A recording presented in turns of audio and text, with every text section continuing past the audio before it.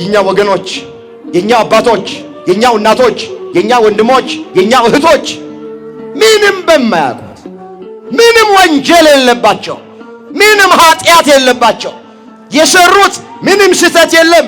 ማንም እንዲህ ብሎ ሊወቅሳቸው አይችልም። ግን በግፍ እየታረዱ ደማቸው እየፈሰሰ ነፍሳቸው እየጠፋ እንደገና ደግሞ አብያተ ክርስቲያናቱ እየተቃጠሉ በዚህ ምክንያት ልባችን ተሰብረዋል። እየተጨነቅን ግራ ገብቶን ያለን እስከ መቼ ነው እያልን ነው። መፍትሄው ከየት ነው እያልን ነው። ሐዘን ላይ ነው ያለነው። መጽናናት ያስፈልገናል። እኛም በእግዚአብሔር ቃል ካልተጽናናን፣ መምህራን ካላጽናኑ፣ አባቶች ካላጽናኑ ማን ያጽናናል? በእንቅርት ላይ ጆሮ ደግፍ አሉ። በኑሮ አንገታችንን ደፍተን ኑሮ መከራችንን እያበላ በዚህ አዝነን በዚህ አንገት ደፍተን በዚህ ተጨንቀን 2 እና 3 ልጅ ይዘን ምን ላብላ ምን ላጠጣ እንዴት ላስተምር እንዴት ላኑር ብለን ተጨንቀን ቤተክርስቲያን ሄጄ ልረፍ ቤተክርስቲያን ሄጄ ልጽናና ስንል እዚህ ደግሞ እንደገና ሌላ ነገር ጠበቀ። ቤተክርስቲያናችን መጽናኛችን ናት። ይሄ ድምጽ የሚሰማችሁ ሁላችሁ አይዟችሁ፣ ሁሉም ያልፋል። ሁሉ የእጁን ያገኛል፣ ሁሉ የዘራውን ያጭዳል። ገዳይም አስገዳይም የዘራውን ያጭዳል፣ የእጁን ያገኛል። ተስፋ እንዳትቆርጡ። ሰዎቹ ቢፈልጉት ተስፋ ቆርጠን ሃይማኖታችንን እንድንቀይር ማተባችንን እንድንበጥስ ከቤተ ክርስቲያን እንድንርቅ እየተጨነቅን እንድንኖር ነው። ምንም ነገር ይምጣ ከተዋህዶ ፍቅር የሚለየን ምንም ነገር የለም። አትፍሩ፣ አይዟችሁ። ማዘንም ማልቀስም ወገኖቼ ለሞቱት አይደለም ለገዳዮቹ። እነሱማ የሞቱት ሰማዕታት ናቸው። ቃየል አቤልን ገሎ በሰላም አልኖረም። ሲቅበዘበዝ ሲጨነቅ ሰላም ርቆት ደስታ ርቆት ይበላል ይርበዋል፣ ይጠጣል ይጠማዋል፣ ይለብሳል አይደምቅበትም። ንጹሕ ደም ያፈሰሰ ዘመኑ እንዲሽሮ ነው የሚለው።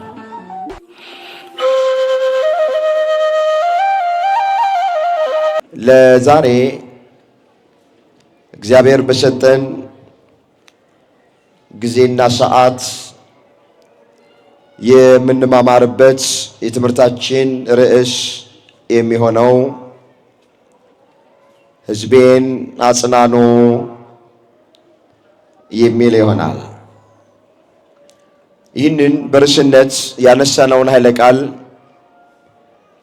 በመጽሐፍ ቅዱሳችን ላይ ተመዝግቦ የምናገኘው በትንቢተ ኢሳይያስ ምዕራፍ 40 ቁጥር 1 ላይ ነው። ይህን ርዕስ የመረጥንበት ምክንያት ወቅቱን፣ ዘመኑን፣ ጊዜውን የዋጀ ትምህርት መማር እንድንችል ርዕሱን መርጠነዋል። ሁላችን እንደምናውቅ አሁን ያለንበት ዘመን በአንድም ይሁን በሌላ ምክንያት አይኖቻችን በሚያዩት ጆሮቻችን በሚሰሙት ነገር ብዙዎቻችን እያዘንን ያለን። በተለይ በዚህ ቅርብ ሰሞን ከትናንት ወዲያ ክርስቲያን ወገኖቻችን በማንነታቸው ምክንያት የገጠማቸውን መከራ ስንሰማ እንደ ሰው አዝነናል። እድሜ የጠገቡ አብያተ ክርስቲያናት በክፎች ሲቃጠሉ ይህንን ስንሰማ ሁላችንም እያዘንን ነው ያለ። በዚሁ መሰረት እንዴት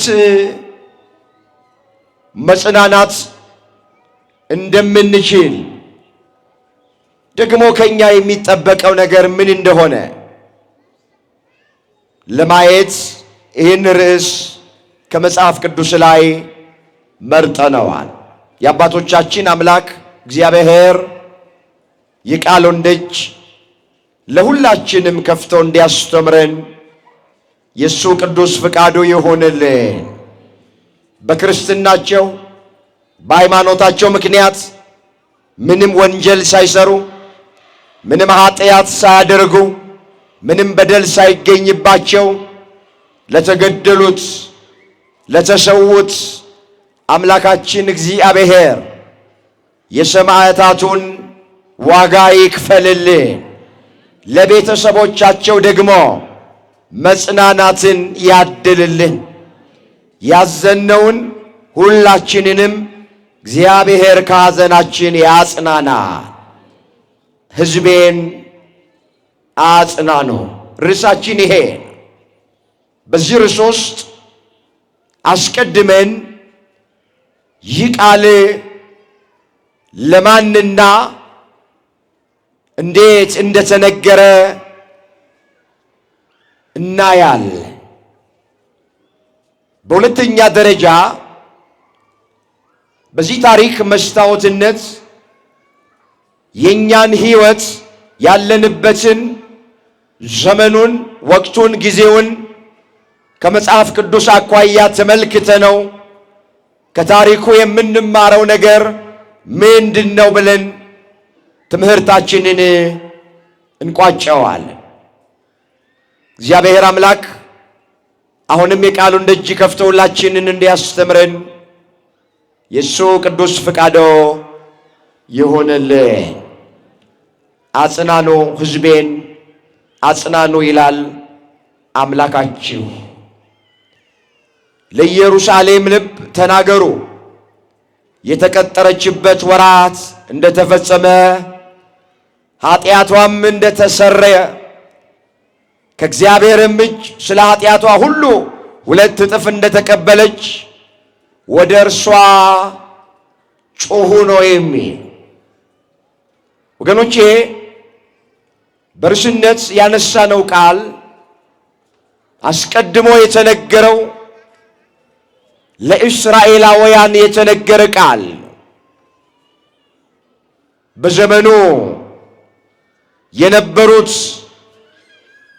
ነቢያትና ካህናት ሕዝቡን እንዲያጽናኑ፣ ሕዝቡን በቃሉ እንዲያሳርፉ፣ ከጭንቀቱ እንዲያረጋጉት፣ የተቆረጠውን ተስፋ እንዲቀጥሉለት የተነገረ ቃል ነው። አስቀድመን እስራኤል እንዴት መከራ እንደገጠማቸው ደግሞ እንዴት እንደተጽናኑ ተመልክተን ወደኛ ሕይወት ቀይረነው ከታሪኩ የምንማረውን ነገር አይተን ትምህርታችንን እንቋጫለን። በግብፅ ያለውን የሕዝቤን መከራ አይቼ መቃተታቸውንም ተመልክቼ አድናቸው ዘንድ ወረድኩ ነው ተብሎ የተጻፈ። እዚህ የሐዋርያት ሥራ ምዕራፍ 7 ቁጥር 34 ላይ የተመዘገበ የእግዚአብሔር ቃሉን አስተውሉት። በግብፅ ያለውን አለ እግዚአብሔር የሕዝቤን መከራ አየሁ አለ። እግዚአብሔር የሁላችንን መከራ ይልን። መቃተታቸውንም ተመልክቼ አለ አድናቸው ዘንድ ወረድኩ አለ። ለእግዚአብሔር ባህሪ መውረድ፣ መውጣት፣ መቀመጥ፣ መነሳት፣ ግራ ቀኝ፣ ወርድ፣ ቁመት አይስማማው። አድናቸው ዘንድ ወረድኩ ያለው በረድኤት ነው። ሃው ወረደ። በሙሴ በኩል ወረደ፣ በቅዱስ ሚካኤል በኩል ወረደ። ከባርነት ነፃ አወጣቸው። ማርና ወተት ወደምታፈስ ወደ ምድረ ርስት ወደ ከነዓን አስገባቸው። በጉዛቸው ላይ የኤርትራ ባህር ነበረ። ባህሩን ከፈለ፣ በደረቅ አሻገራቸው። ውሃውን እንደ ግድግዳ አድርጎ አቆመ፣ እንደ ሳር ክምር አደረገ። የኢያሪኮን ቅጽር በእልልታቸው አፈረሰላቸው። የቀን ሐሩር እንዳያቃጥላቸው በሰባት የተለያየ ደመና ይጋርዳቸው ነበር። የሌሊቱ ጨለማ እንዳያስደነግጣቸው በብርሃን አምድ ይመራቸው ነበረ። የአሞራውያን ንጉሥ ሴዎንን የባሳንን ንጉሥ አግን ገደለላቸው። በጸናች እጅና በተዘረጋች ክንድ እየመራ ምድረ ርስት ከነዓን አስገባቸው ይላል። ወገኖቼ እግዚአብሔር ለእስራኤላውያን ያላደረገላቸው ያደርግላቸው ዘንድ የሚገባ ያስቀረባቸው ምንም ነገር የለም። ሁሉን አድርጎላቸው ከጠላት እጅ ነፃ አውጥቷቸው ወደ ጥንት ርስታቸው ወደ ጥንት ሀገራቸው ወደ ኢየሩሳሌም አስገባቸው። ከባድ ትእዛዝ አላዘዛቸው፣ ሸክም አልጫነባቸውም። አንድ ነገር ብቻ ነው ያዘዛቸው።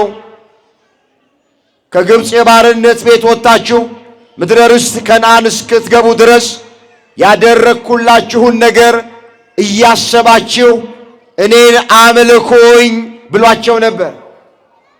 ድንጋይ ፍለጡ አላለም። ጉድጓድ ቆፍሩ አላለም። ከባድ ሸክም አልጫንም። ውለታዬን እያሰባችሁ እኔን ብቻ አምልኩኝ ነው ያላችሁ። እኔን ብቻ ምን በሉኝ? ምንን እያሰባችሁ? አቤት ውለታዬን። የትኛውን ውለታ? በ40 ዓመት ጉዞ በነፃነት ጉዞ በራፊዲም ምድረ በዳ በሺና በረሃ ሲጓዙ መና አውርዶ እንደመገባቸው ውለታ እሱ ነው። ሳይወጡ ሳይወርዱ ሳያርሱ ሳያቆፍሩ ላባቸውን ሳያፈሱ ወዛቸውን ሳያንጠፈጥፉ እግዚአብሔር ደጃቸው ላይ ጠዋት ወጥተው ሲቆሙ ከሰማይ መና አውርዶ እስራኤልን መግቧቸዋል። ውሃ በጠማቸው ጊዜ ከዓለቱ ላይ ከድንጋዩ ላይ ውሃ አፍልቆ አጠጥቷቸዋል። የአሞራውያን ንጉሥ ሴዎንን የባሳንን ንጉሥ ዐግን ገሎላቸዋል። የኢያሪኮን ቅጽር አፍርሶላቸዋል። የዮርዳኖስን ባህር ከፍሎላቸዋል። በደመና ጋርዷቸዋል። አዎ በብርሃን አምድ መርቷቸዋል። ውለታው ይሄ ነዋ። ውለታዬን እያሰባችሁ እኔን ብቻ አምልኩ አለ። በትንቢተ ኢሳይያስ ምዕራፍ 5 ቁጥር 3 ላይ የተመዘገበ ታሪክ እግዚአብሔር ለእስራኤል የዋለላቸው ውለታ ያደረገላቸው ነገር ነቢዩ እንዲመዝግቦታል። አነበዋል። ትንቢተ ኢሳይያስ ምዕራፍ 5 ቁጥር 3 ላይ አሁንም አለ እናንተ በኢየሩሳሌም የምትኖሩ የይሁዳ ሰዎች ሆይ በእኔና በወይኔ ቦታ መካከል እስኪ ፍረዱ። በወይን እዚህ ጋር የተመሰሉት እስራኤላውያን ናቸው። ዳዊት ከግብፅ የወይን ግንድ አመጣ፣ አሕዛብን አባረህ እርሷንም ተከልክ ብሎ ዘምረዋል። መዝሙር 79 ቁጥር 8 ላይ ቃሉን አስተውሎት። ከግብፅ የወይን ግንድ አመጣሃል፣ አሕዛብን አባረህ እሷንም ተከልክ። አሁን ከግብፅ የወይን ግንድ አመጣ ሲል ዳዊት እግዚአብሔር ሥራ ፈቶ ግብፅ ከምትባለው አገር የወይን ግንድ አምጥቶ በምድረ ርስት በከነዓን የሚተክል ሆኖ አይደል። ከግብፅ የወይን ግንድ አመጣ ሲል 430 ዓመት በግብፅ የባርነት ቤት የቆዩት እስራኤልን አመጣቸው ነው። በወይን ግንድ የተመሰሉት እስራኤላውያን ናቸው። አሕዛብን አባረህ የአሕዛብን ነገሥታት የአሞራውያን ንጉሥ ሴዎንን የባሳንን ንጉሥ ዐግን ነው አሕዛብን አባረህ ያለው እሱ ነው። እሷንም ተከልክ አለ። በምድረ ርስት በከነዓን ተክሏቸው ነበር። እንመለስ። እናንተ በኢየሩሳሌም የምትኖሩ የይሁዳ ሰዎች ሆይ በእኔና በወይኔ ቦታ መካከል እስኪ ፍረዱ። ምን ማለቱ ነው? በእኔና በእስራኤላውያን መካከል እስኪ ፍረዱዋል። ለወይኔ ያላደረግኩላት አደርግላት ዘንድ የሚገባኝ ያስቀረውባት ነገር ምን አለ አለ እግዚአብሔር። በወይን ለተመሰሉ ለእስራኤል ዘሥጋ አምላካችን እግዚአብሔር ያላደረገላቸው ያደርግላቸው ዘንድ የሚገባ ያስቀርባቸው ምንድን ነው አለ። ይህን ያመጣው በእኔና በወይኔ ቦታ መካከል እስኪፍረዱ። ለወይኔ ለእስራኤል ያላደረግኩላት አደርግላት ዘንድ የሚገባኝ ያስቀርቡባት ነገር ምን አለ?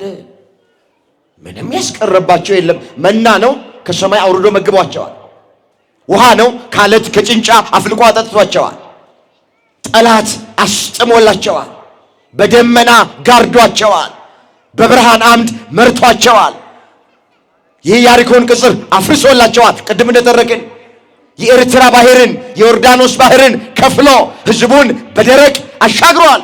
እግዚአብሔር ለእስራኤል ያላደረገው ያደርግ ዘንድ የሚገባ ያስቀረባቸው ነገር ምንም የለም። ወይኔ ታፈራለች ብዬ ስጠብቅ ስለምን ሆምጣጣ ፍሬ አፈራች? መልካም ፍሬ ያፈራሉ፣ የጽድቅ ፍሬ ያፈራሉ፣ የመንፈስ ቅዱስ ፍሬ ያፈራሉ። እኔን ብቻ ያመልካሉ፣ ጣዖት ጋር አይሄዱም። ከተራራ ራስጌ ሄደው መስዋዕትን አይሰውም። የኔን ውለታ እያሰቡ እኔን ብቻ ያከብራሉ ብዬ ሳስብ በተቃራኒ ሆምጣጣ ፍሬ፣ ጎምዛዛ ፍሬ እስራኤል አፈሩ። ምን ማለት ነው? ሆምጣጣ ፍሬ ማለት ጣዖት ማምለክ ነዋ፣ ኃጢአት መስራት ነዋ፣ ንጹሕ ደም ማፍሰስ ነዋ፣ ሰነድ መሰረዝ መደለዝ ነዋ፣ ፊት አይቶ ማዳላት ነዋ፣ መተተኛ ቤት፣ አስማተኛ ቤት፣ ድግምተኛ ቤት መሄድ ነዋ። እስራኤል መልካም ፍሬ ሲጠበቅባቸው ሆምጣጣ ፍሬ፣ መራራ ፍሬ አፈሩ። እግዚአብሔር በዚህ አዘነ። በዚህ ምክንያት መከራ ገጠማቸው እስራኤላውያን። ለእግዚአብሔር አልመችም ስላሉ፣ የእግዚአብሔርን ውለታ ስለረሱ ስለዘነጉ፣ ወገኖቼ ብዙዎቹ በሰይፍ አለቁ። ከሰይፍ የተረፉት በረሃብ አለቁ። ከረሃብ የተረፉት በበሽታ አለቁ። ከበሽታ የተረፉት ደግሞ ተሰደው ወደ ባቢሎን ተማርከው ሄዱ። በበደላቸውና በኃጢአታቸው ምክንያት ዘመናቸው ተበላሸ። ጠላት ሰለጠነባቸው። መከራ ገጠማቸው። አጣብቅኝ ውስጥ ገቡ። ነቢዩ እንዲህ ብሎ እንደተናገረ በዚህ በትንቢተ ኤርምያስ ምዕራፍ 5 ቁጥር 23 ጀምሮ እንዲህ ተብሎ ተመዝግቧል። ኤርምያስ 5 ቁጥር 23 ጀምሮ መለከታል። ለዚህ ሕዝብ ግን ለእስራኤል ሕዝብ ግን ማለት ነው የሸፈተና ያመፀ ልብ አላቸው። አምፀዋል። በልባቸው የፊተኛውን የኋለኛውን ዝናብ በየጊዜው የሚሰጠውን ለመከርም የተመደቡትን ወራት የሚጠብቅልን አምላካችን እግዚአብሔርን እንፍራ አላሉ። በዘመኑ የነበሩት ካህናት እግዚአብሔርን እንፍራ አላሉ። በዘመኑ የነበሩት ሕዝቦች እግዚአብሔርን እንፍራ አላሉ። መተላለፍ አበዙ፣ አመፅ አበዙ፣ የድፍረት ኃጢአት አበዙ፣ አምልኮተ ጣዖት አበዙ። በዚህ ምክንያት እግዚአብሔር ቀጣቸው። በምን? በረሃብ ቀጣቸው፣ በሰይፍ ቀጣቸው። ወገኖቼ ለባቢሎናውያን አሳልፎ ሰጣቸው። ዝቅ ብሎ እንዲህ ይላል እዚሁ ኤርምያስ 5 ላይ ኃጢአታችሁ መልካም ነገርን ከለከለቻችሁ፣ በደላችሁም እነዚህን አስቀርታለች። እስራኤል በኃጢአታቸው ምክንያት በአመፃቸው ምክንያት መተላለፍ ስላበዙ መከራ ገጠማቸው፣ ፈተና ገጠማቸው፣ መጽናናት አልቻሉም። ሁለተኛ ዜና ምዕራፍ 36 ቁጥር 15 ጀምሮ መለከታል። የአባቶቻቸው አምላክ እግዚአብሔር ለሕዝቡና ለማደሪያው ስላዘነ ለሕዝቡ አለ ለሕዝበ እስራኤል፣ ለማደሪያው አለ ለቤተ መቅደሱ፣ የአባቶቻቸው አምላክ እግዚአብሔር የአብርሃም አምላክ የይስሐቅ አምላክ የያዕቆብ አምላክ እግዚአብሔር ለሕዝቡ ለማደሪያው ስላዘነ ማለዳ ተነስቶ በመልእክተኞቹ እጅ ወደ እነርሱ ይልክ ነበረ። እነርሱ ግን እስራኤላውያን ግን የእግዚአብሔር ቁጣ በሕዝቡ ላይ እስኪወጣ ድረስ ፈውስም እስከማይገኝላቸው ድረስ በእግዚአብሔር መልእክተኞች ይሳለቁ፣ ቃሉንም ያቀሉ፣ በነቢያቱ ላይም ያፌዙ ነበረ።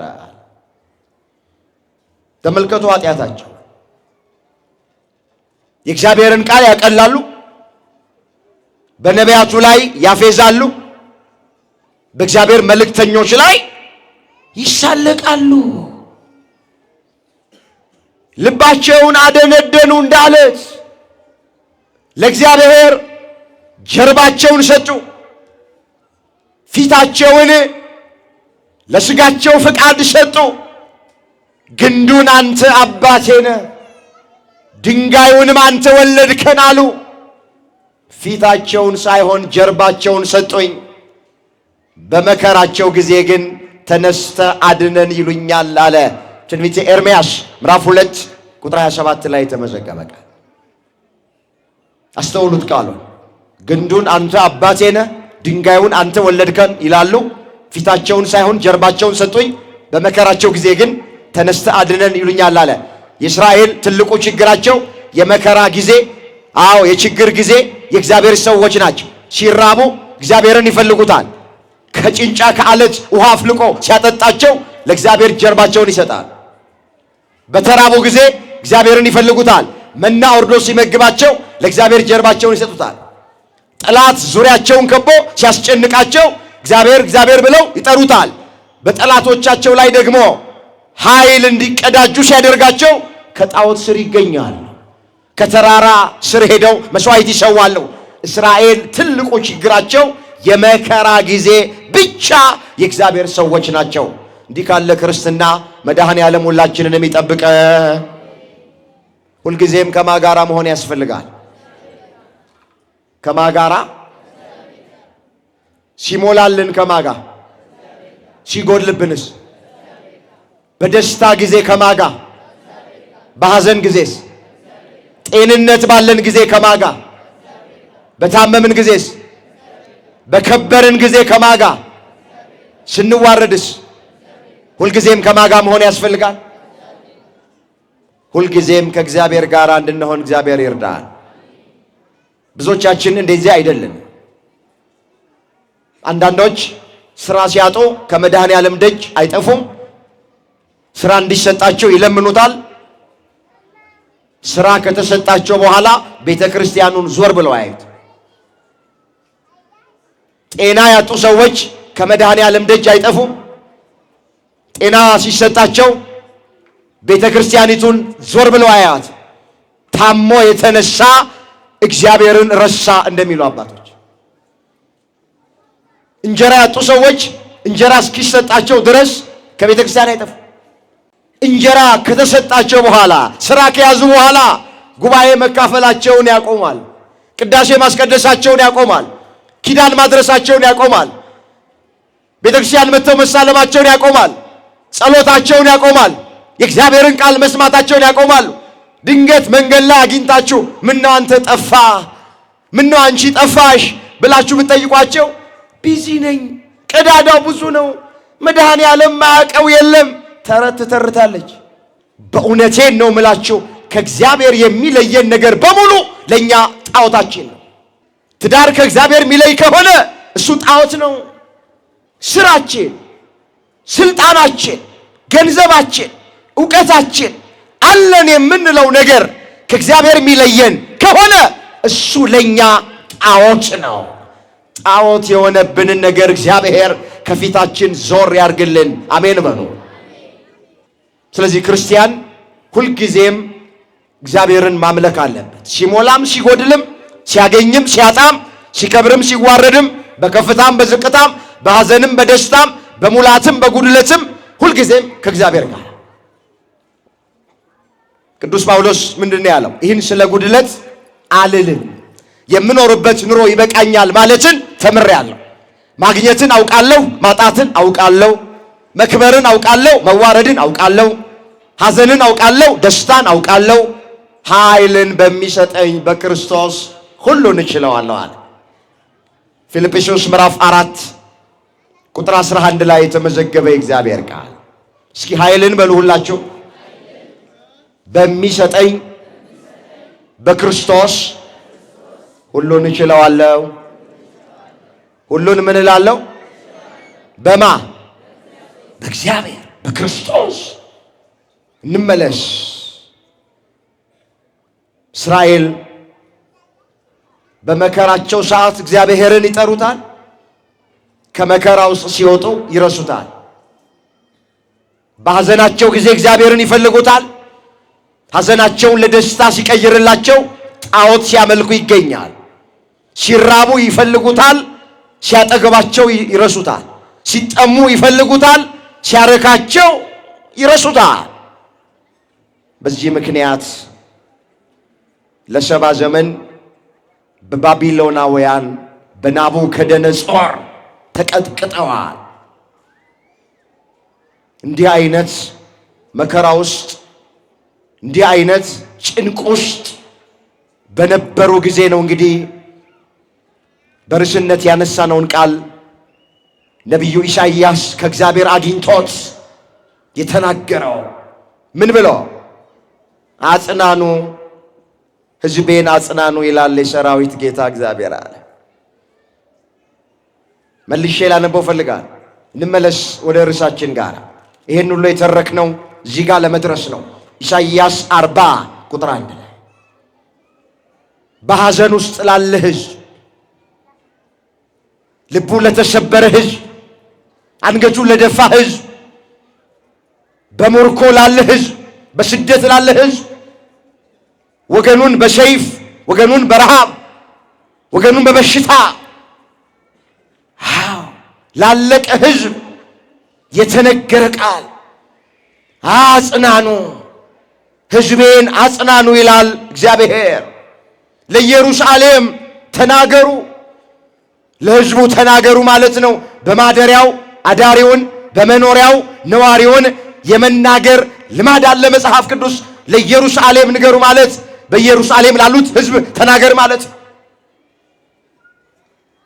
የተቀጠረችበት ወራት እንደተፈጸመ ኃጢአቷም እንደተሰረየ ለኢየሩሳሌም ንገሯት። ኃጢአቷ ምን እንዳለ?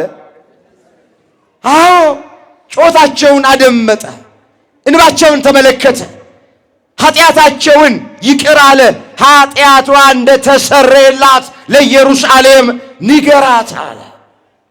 ስለዚህ አሁን የመጽናናት ዘመን መጣ።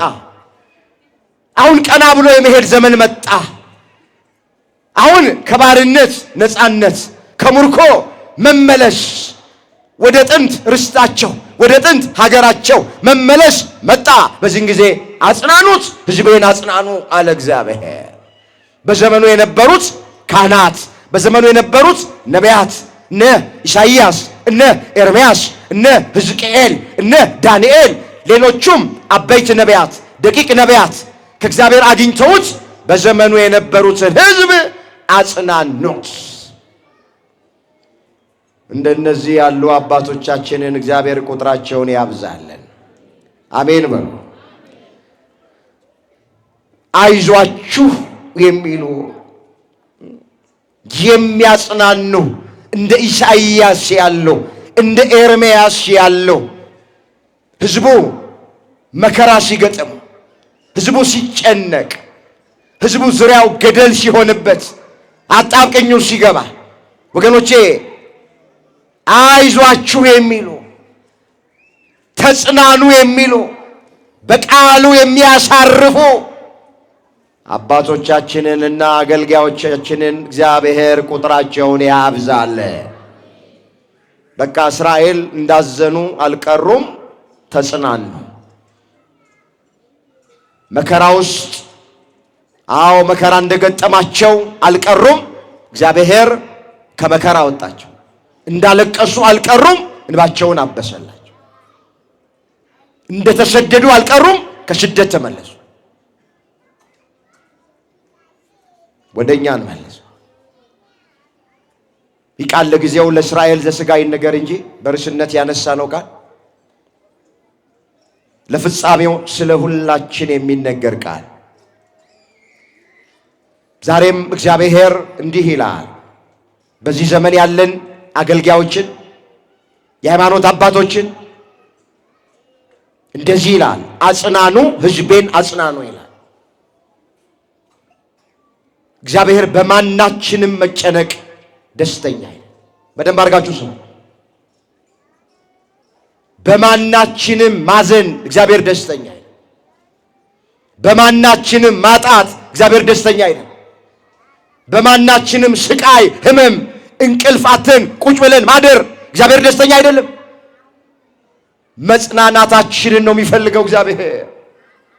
እረፍታችንን ነው የሚፈልገው እግዚአብሔር። ሰላማችንን ነው የሚፈልገው እግዚአብሔር። ደስተኛ ሆነን እንድንኖር ነው የእግዚአብሔር ዓላማ። በእኛ ላይ ያለው ዓላማ እግዚአብሔር ፍቅር ነው። ባካችሁ ሌላ ዓላማ የለውም እግዚአብሔር። ስለዚህ ምን አለ? ሕዝቤን አጽናኑ አለ። ሕዝቤን ምን በሉ ንገሩኝ እንጂ ሕዝቤን ምን በሉ? እኛ የማህዝቦች ነን። አቤት! ለጊዜው ሕዝቤን ሲል ሕዝበ እስራኤልን ነው። ለፍጻሜው ሕዝቤን አጽናኑ ሲል ሕዝቤ የሚለው እኛን ነው። እስራኤል ዘነፍስ ተብለን የምንጠራ የአዲስ ኪዳን ክርስቲያኖች ወንዶች በ40 ቀን ሴቶች በ80 ቀን ከማኅፀንህ ዮርዳኖስ ካብራክህ መንፈስ ቅዱስ በጥምቀት ዳግም የተወለድ ነው። ለቤዛ ቀን በመንፈስ ቅዱስ ማህተም የታተምነው እኛ የእግዚአብሔር ሕዝቦች ነን። ስለዚህ ሕዝቤን አጽናኑ ማለት ክርስቲያኖቹን ነው፣ አማኞቹን ነው፣ የእግዚአብሔርን ልጆች ነው። አጽናኑ ማለት እኛ የእግዚአብሔር ሕዝቦች ነን። መጽናናት ደግሞ እንፈልጋለን። በተለይ በዚህ ዘመን ለምን አይናችን የሚያየው የሚያሳዝን ነው፣ ጆሮአችን የሚሰማው የሚያሳዝን ነው። እየሆነ ያለው ነገር አንገት የሚያስደፋ ነው። እኔ ከምነግራችሁ በላይ እናንተ ሁሉን ጠንቅቃችሁ ታውቃላችሁ። ዛሬ ዓለም አንድ መንደር ናት። እጃችን ላይ ባለችው ትንሽ ስልክ ሁሉን ነገር እናየዋል፣ እንሰማዋል፣ እንመለከተዋል። በቤተክርስቲያናችን ላይ የደረሰ ያለው መከራ፣ በወገኖቻችን ላይ እየደረሰ ያለው መከራ እያየን ነው፣ እየሰማን። በዚህ ጉዳይ የማያዝን የማያለቅስ ማንም የለም። ምንም ወንጀል የሌለባቸው፣ ምንም ኃጢአት የሌለባቸው፣ እጃቸው ላይ ምንም ነገር የሌለባቸው በግፍ ደማቸው ሲፈስ፣ ነፍሳቸው ሲጠፋ፣ ሕይወታቸው ሲያልፍ የሚያመልኩበት ቤተ ክርስቲያን በእሳት ሲጋይ ሲቃጠል ይህን እያየን ሁላችንም እያዘንን እየተጨነቅን ግራ ገብቶን ያለን እስከ መቼ ነው እያልን ነው። መፍትሄው ከየት ነው እያልን ነው።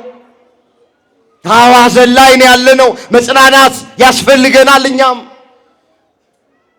አይዟችሁ የሚለን ያስፈልገናል። እኛም ቤተ ክርስቲያን መተን ካልተጽናናን የት ሄደልን እንጽናናን? በእግዚአብሔር ቃል ካልተጽናናን፣ መምህራን ካላጽናኑ፣ አባቶች ካላጽናኑ ማን ያጽናናል? በእንቅርት ላይ ጆሮ ደግፍ አሉ። በኑሮ አንገታችንን ደፍተን ኑሮ መከራችንን እያበላ በቀን 2 ጊዜ ነው ዕቃ የሚጨምርብን። ጠዋት የገዛነው ዕቃ ከሰዓት ይጨምራል።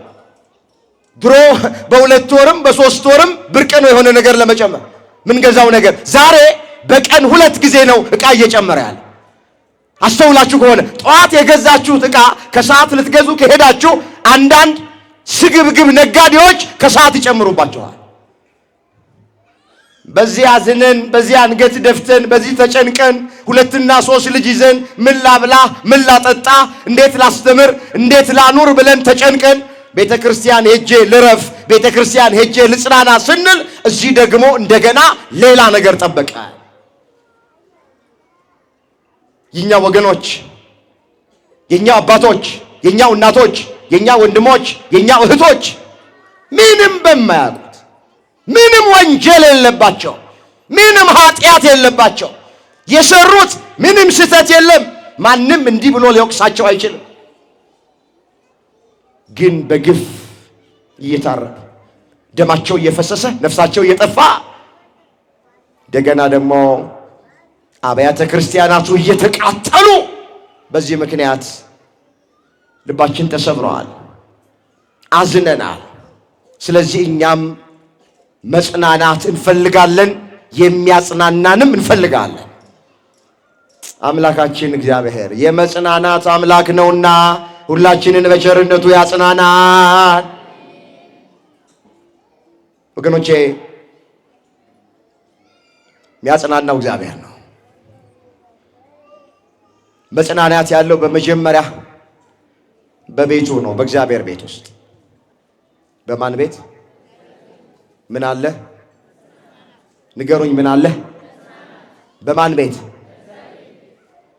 በቤቱ ነው መጽናናት ያለው። የትም ሄደን መጽናናት አንችልም። ዓለም ውስጥ ያለው ነገርማ ያሳብዳል፣ ጨርቅ ያስጥላል። በዓለም ላይ የምንሰማው ነገር የሚያስጨንቅ ነው፣ የሚያሳብድ ነው። ብቸኛዋ መጽናኛችን ቅድስት ቤተ ክርስቲያን ናት። መጽሐፍ ምን ይላል? እናት ልጇን እንደምታጽናና እንዲሁ እኔ አጽናናችኋለሁ፣ በኢየሩሳሌም ውስጥም ትጽናናላችሁ ይላል። እዛ ትንቢተ ኢሳይያስ ምዕራፍ 66 ቁጥር 13 ላይ የተመዘገበ ቃል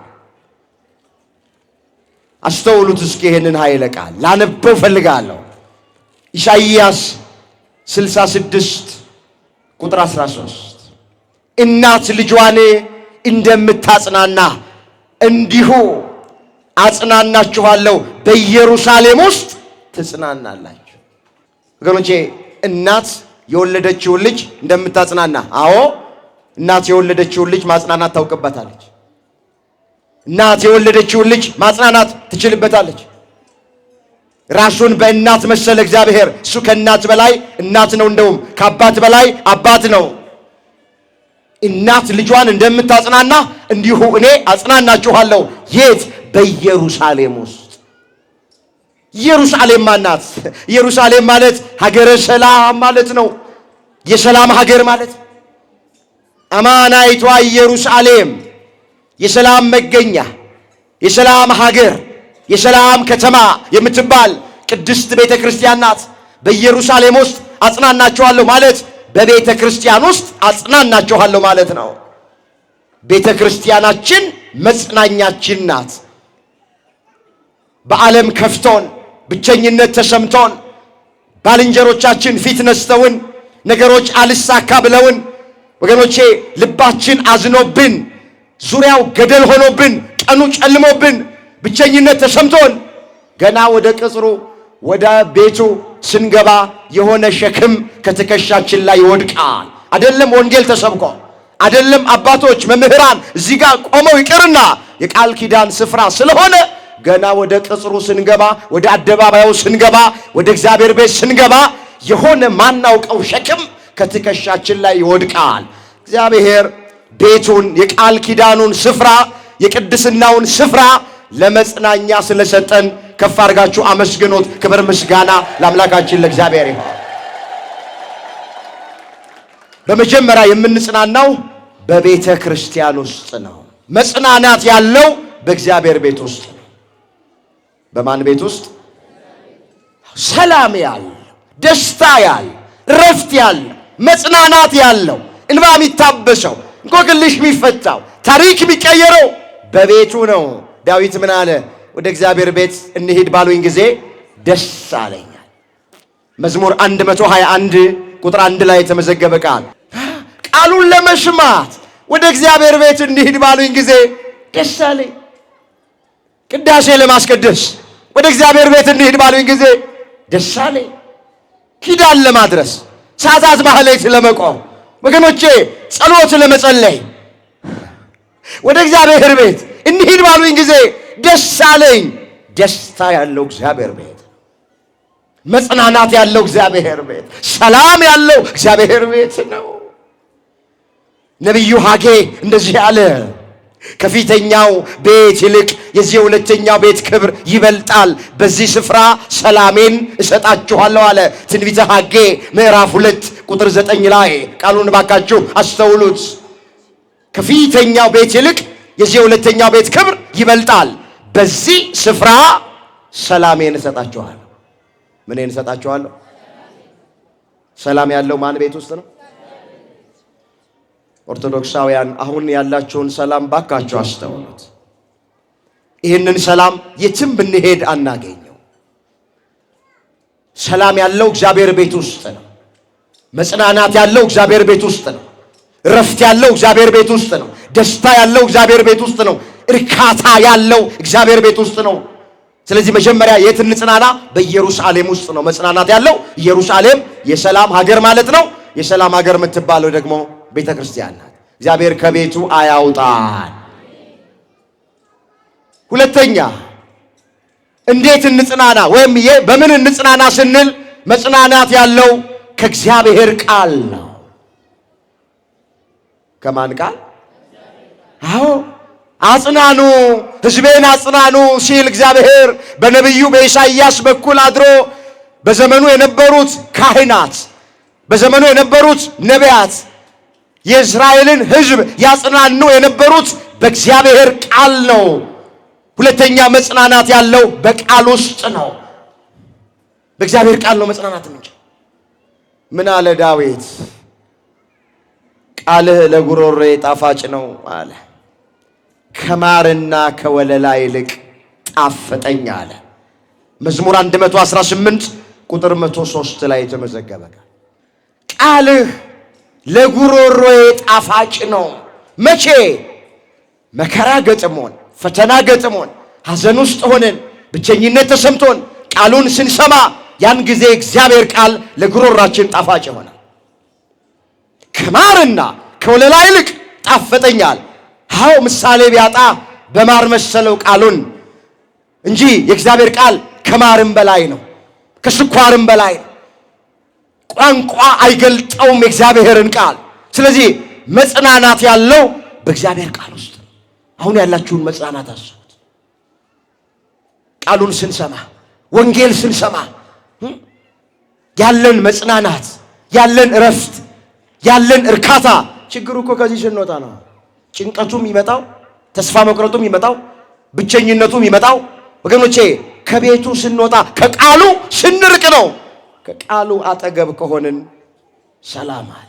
ምንም ነገር አይናችን፣ ምንም ነገር ጆራችን ይስማ፣ ምንም መከራ ይግጠመን፣ እንደ ሙሉ ደስታ ነው የምንቆጥረው። መጽሐፍ ልዩ ልዩ አይነት መከራ ሲገጥማቸው እንደ ሙሉ ደስታ ቁጠሩት ይላል። ያዕቆብ 1 ቁጥር 2 ላይ የተመዘገበ ቃል።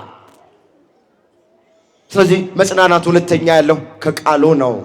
እንዲህም ተብሎ ተጽፏል ኤርምያስ 15 ቁጥር 16 ላይ ቃልህ ተገኝቷል፣ እኔም በልቼዋለሁ። አቤቱ የሰራዊት ጌታ እግዚአብሔር ሆይ ቃልህ የልብ ሰላምና ደስታ ሆነኝ ነው የሚለው። እስኪ አብረን እንበለው። ቃልህ በሉ እስኪ። ተገኝቷል፣ እኔም በልቼዋለሁ። አቤቱ የሰራዊት ጌታ እግዚአብሔር ሆይ ቃልህ የልብ ደስታና ሰላም ሆነኝ። ምን ሆነኝ? በቃ የልብ ደስታ እግዚአብሔር ቃል ነው። ሰላም እግዚአብሔር ቃል ጋር፣ መጽናናት በእግዚአብሔር ቃል ነው። እግዚአብሔር በምንሰማው ቃል ሁላችንን በቸርነቱ ያጽናና። ጥቂት ነገር አይቼ ትምህርቴን ጠቅልላለሁ። አጽናኑ፣ ሕዝቤን አጽናኑ። በዚህ ዘመን ያለን አባቶች፣ የሃይማኖት አባቶች ባካቸው ምእመናንን፣ መንጋውን፣ በጎቹን እናጽናና። በዚህ ዘመን ያለን ሰባኪያን በሕዝቡ ላይ በእንቅርት ላይ ጆሮ ደግፍ አንሆንበት፣ በቁስሉ ላይ ጥዝጣዜ አንጨምርበት። ሕዝቡ በብዙ ነገር አዝኖ ተክዞ ተጨንቆ ነው የሚመጣው። ይህንን ሕዝብ በቃሉ እናጽናን፣ በቃሉ እናሳርፍ፣ አይዟችሁ እንበለው፣ የተቆረጠውን ተስፋ እንቀጥልለት። በጎደለው በኩል በፈረሰው በኩል እንቁምለት ለሕዝቡ። ይሄ ድምፅ የሚሰማችሁ ሁላችሁ አይዟችሁ፣ ሁሉም ያልፋል። ሁሉም ምን ይላል? ንገሩኝ። ሁሉም ምን ይላል? ሁሉም ነገር ያልፋል። ማያልፍ ነገር የለም። ዛሬ አይናችን የሚያየው ጆሮአችን የሚሰማው ያልፋል። ክፎቹም፣ ጨካኞቹም፣ አረመኔዎቹም ወገኖቼ በጉልበታቸው፣ በኃይላቸው፣ በመሳሪያቸው የሚመኩ ሰዎችም ያልፋሉ። ሁሉም ያልፋል። አይዟችሁ፣ ተጽናኑ። ሁሉ የእጁን ያገኛል፣ ሁሉ የዘራውን ያጭዳል። ገዳይም አስገዳይም የዘራውን ያጭዳል፣ የእጁን ያገኛል። መጽሐፍ እንደዚህ ይላል፣ አትሳቱ፣ እግዚአብሔር አይዘበትበትም ይላል ቅዱስ ጳውሎስ። ሰው የዘራውን ያንኑ መልሶ ያጭዳል። በስጋው የዘራ ከስጋው መበስበስን ያጭዳል፣ በመንፈስ የዘራ ከመንፈስ የዘላለም ሕይወትን ያጭዳል አለ ገላትያ ምዕራፍ 6 ቁጥር 7 ላይ። ቃሉን አስተውሉት። አትሳቱ ብሎ ይጀምራል። እግዚአብሔር አይዘበትበትም። ወገኖቼ እግዚአብሔር የሚቀለድበት አምላክ አይደለም። ሰው የዘራውን ያንኑ መልሶ ያጭዳል። ኃጢአት የዘራ መከራን ያጭዳል። ግፍ የዘራ መከራን ያጭዳል። የጊዜ ጉዳይ ነው ወገኖች፣ የጊዜ ጉዳይ ነው። እግዚአብሔር እውነተኛ ዳኛ ነው። ፊት አይቶ አያዳላም።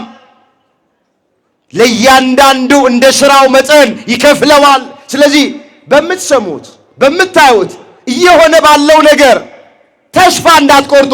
ሰዎቹ የሚፈልጉት ተስፋ ቆርጠን ሃይማኖታችንን እንድንቀይር፣ ማተባችንን እንድንበጥስ፣ ከቤተ ክርስቲያን እንድንርቅ፣ እየተጨነቅን እንድንኖር ነው። ምንም ነገር ይምጣ ከተዋህዶ ፍቅር የሚለየን ምንም ነገር የለም። ከቤተ ክርስቲያን የሚለየን ምንም ነገር የለም። ከሃይማኖታችን የሚያናውፀን የሚያወጣን ምንም ነገር የለም። እቺ ቤተ ክርስቲያን እዚህ የደረሰችው አልጋ ባልጋ በሆነ መንገድ አይደለም። አባቶቻችን ዋጋ ከፍለው ነው ቺን ቤተ ክርስቲያን እዚህ ትውልድ ያደረሷት። በመንኮራኩር የተፈጩላታል፣ አንገታቸውን በሰይፍ የተቀሉላታል፣ ወደ አናብስ ጉድጓድ ውስጥ የተጣሉላታል። ወገኖቼ እንደ ሽንኩርት እየተከተፉ አባቶቻችን እንደ ሻማ እየቀለጡ እንደ ጧፍ እየነደዱ በብዙ መከራ ብዙ ዋጋ ከፍለው በነፍሳቸው ተወራርደው ነው ቤተ ክርስቲያናችንን ሃይማኖታችንን እዚህ ትውልድ ያደረሷት እንጂ ዝም ብሎ አልጋ ባልጋ በሆነ ነገር አልመጣም። ብዙዎቻችን የቤተ ክርስቲያንን ታሪክ ጠንቅቀን ስለማናውቅ ዛሬ በሚሆነው ነገር የሆነ ነገር ስንሰማ የሆነ ነገር ስናይ ቤተ ክርስቲያን ተቃጠለ፣ ክርስቲያኖች ታረዱ ሲባል እንደነግጥ። አትደንግጡ፣ አትፍሩ፣ አይዟችሁ። ማዘንም ማልቀስም ወገኖቼ ለሞቱት አይደለም ለገዳዮቹ። እነሱማ የሞቱት ሰማዕታት ናቸው። በክብር አምላካቸው ቅፍ ያሉት የነ ጊዮርጊስ ልጆች ናቸው። የነ ቅድስት አርሴማ ልጆች ናቸው። በእግዚአብሔር ቅፍ በእግዚአብሔር መንግሥት ውስጥ ነው ያሉት። አትጠራጠሩ፣ እመኑ። ይሄንን ማልቀስ ማዘን ለገዳዮቹ ነው። እድሜ ዘመናቸውን ሲቅበዘበዙ ነው የሚኖሩት። እድሜ ዘመናቸውን ሲጨነቁ ኮሽ ባለ ቁጥር እየደነገጡ ነው የሚኖሩት። ለምን? የሰውን ደም የሚያፈስ ደሙ ይፈሳል፣ እግዚአብሔር ሰውን በመልኩ ፈጥሮታል ነው የሚለው ዘፍጥረት 9 ቁጥር 6 ላይ።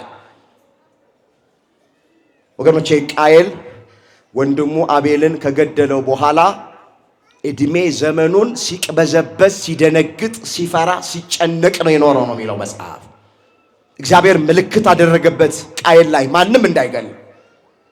ወንድሙ አቤልን የእናቴ ልጅ ወንድሜ እባክህ አትግደለኝ እያለ እየለመነው ቃየል የእናቱን ልጅ አቤልን በድንጋይ ወግሮ ራሱን እንደ እባብ ቀጥቅጦ ነው የገደለው። ዛሬም ቃየናውያን አዎ ወንድሞቻቸው አቤላውያንን እየገደሏቸው ናቸው። ወንድሞቻቸው እኮ ናቸው። ከሌላ ሀገር የመጡ አይደሉም። ጸጉረ ልውጦች አይደሉም። ኢትዮጵያውያን ናቸው እኮ ወገኖቼ። ሃይማኖት ሊለየን ይችላል፣ መልካችን ቋንቋችን ሊለየን ይችላል። ግን ሁላችንም አንድ እኮ ነን። ምድሪቱ ሰፊ ናት፣ አገሪቱ ሰፊ ናት፣ ለሁላችንም ትበቃናለች። ምንድነው የሚያገፋፋን? ምንድነው የሚያገዳድለን? ምንድነው ያጨካከለን ነገር? ፍቅር ያጣነው ለምንድን ነው? ምን አይነት ዘር ነው የተዘራብን? ቃየል አቤልን ገሎ በሰላም አልኖረም። ሲቅበዘበዝ ሲጨነቅ ሰላም ርቆት ደስታ ርቆት ይበላል ይርበዋል፣ ይጠጣል ይጠማዋል፣ ይለብሳል አይደምቅበትም። ንጹህ ደም ያፈሰሰ ዘመኑን እንዲሽሮ ነው የሚኖረው። እግዚአብሔር ለገዳዮቹ ልብ ይስጥልን፣ ማስተዋል ይስጥልን፣ ወደ ቀልባቸው ወደ አይምሯቸው ወደ ልባቸው ይመልስልን። እኛ የቀረነው በሃይማኖት እንስራ። ወገኖቼ ማተባችሁን አጥብቃችሁ ያዙ፣ ጸልዩ፣ ወደ እግዚአብሔር ጸልዩ። በቃችሁ በለን በሉ። የባሰ አታሳየን በሉት። የባሰ አታሰማን በሉት። ቤተክርስቲያናችንን ጠብቅ በሉት። አዎ ድርሻችን ክርስቲያኖች ይሄ ነው። አጽናኑ፣ ሕዝቤን አጽናኑ። በዚህ ቃል ተጽናኑ። በቃ አምላካችን እግዚአብሔር የመጽናናት አምላክ ስለሆነ ሁላችንን በቸርነቱ ያጽናና። ከዚህ የባሰ ክፉ ነገር አያሳየን። ከዚህ የባሰ ክፉ ነገር አያሰማን። እግዚአብሔር በቃችሁ ይበለን በቸርነቱ። ደግሞ ሁላችንም የመቅደሱ አገልጋዮች የሃይማኖት አባቶች ከላይ አንስቶ እስከ ታች ድረስ ሁላችንም የድርሻችንን እንድንወጣ ለበጎቹም ያስፈልገውን ለመንጋውም ያስፈልገውን ኃላፊነታችንን እንድንወጣ መድኃኔዓለም ሁላችንን በቸርነቱ ይርዳል። ሕዝቤን አጽናኑ። በቃሉ ያጽናናን፣ በቃሉ ያሳረፈን፣ በቃሉ ያረጋጋን የአባቶቻችን አምላክ እግዚአብሔር ስሙ ለዘላለም የተመሰገነ ይሁን። በክርስትናቸው በሃይማኖታቸው ምክንያት ደማቸው የፈሰሰው ነፍሳቸው የጠፋውን ወገኖቻችንን ነፍሶቻቸውን በአብርሃም በይስሐቅ በያዕቆብ እቅፍ ውስጥ ያኖርልን። የቀሩትን በስጋት ውስጥ ከዛሬ ነገ ምን ይገጥመኛል ብለው በጭንቀት ውስጥ ያሉትን ወገኖቻችንን እግዚአብሔር በመልካም ያስብልን። አምላካችን እግዚአብሔር የሁላችንን መጨረሻ ያሳምራል።